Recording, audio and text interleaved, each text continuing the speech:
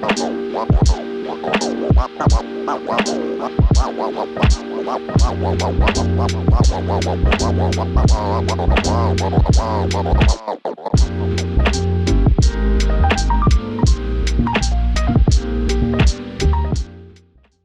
see the cannabis industry is really being broken in a lot of ways. And I wonder if you could unpack that a little bit, what you mean by broken and what you've seen out there. So I guess the start of it is that I think we are broken culturally. I mean, I kind of touched on it a little bit ago, the massive number of turnover. But if we start marrying that number with recent reports that most of the cannabis giants in Canada have excesses of 1 billion milligrams of THC, you start marrying that to the fact that most of the major large corporate MSOs have increased CEO pay and stuff and increased compensation packages while cutting members of the team, it kind of starts painting a pretty damning picture of what's actually going on.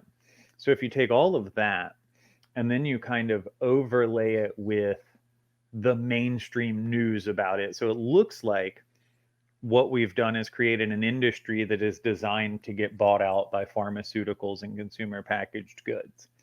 But in actuality, what we've done is watched a whole lot of people build an industry based on oil and mining futures and then create it and continue to kind of limp it along using stock trading techniques and merger and acquisition maneuvering and this basic kind of thing where now we're at a point where, I don't know how to say it any other way, there is a certain class of people who think they created the cannabis industry and are now at a level of arrogance where they literally throw it in our faces that they don't care, they're only in it for themselves, and then they just put a pretty lipstick on it and say, oh, we're here for social equity and we're helping fight for legalization, but it doesn't take into account what legalization really means. You know what I mean? There's 50 bazillion different definitions of what legal means. Do you mean legal forced vertical integration with regulatory capture and huge barriers to entry?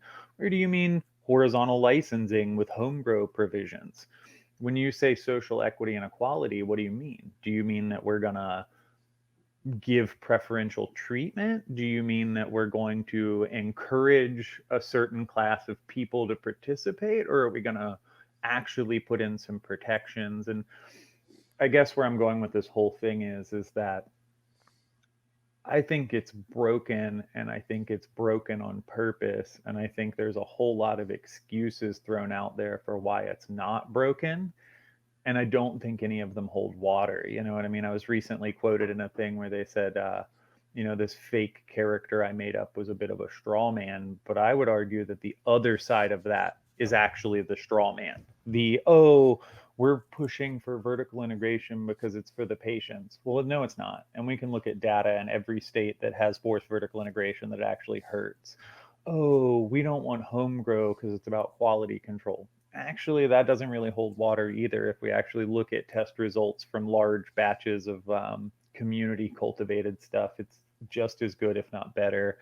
And I think that kind of continues on through the whole thing. So for me, I think the key point for all of this is that they set this up on a system that doesn't actually mimic what we're doing. And they have continued to create a predatory and vicious class that is resulting in two things. It's chewing up really talented people, and it's preventing other talented people from coming in.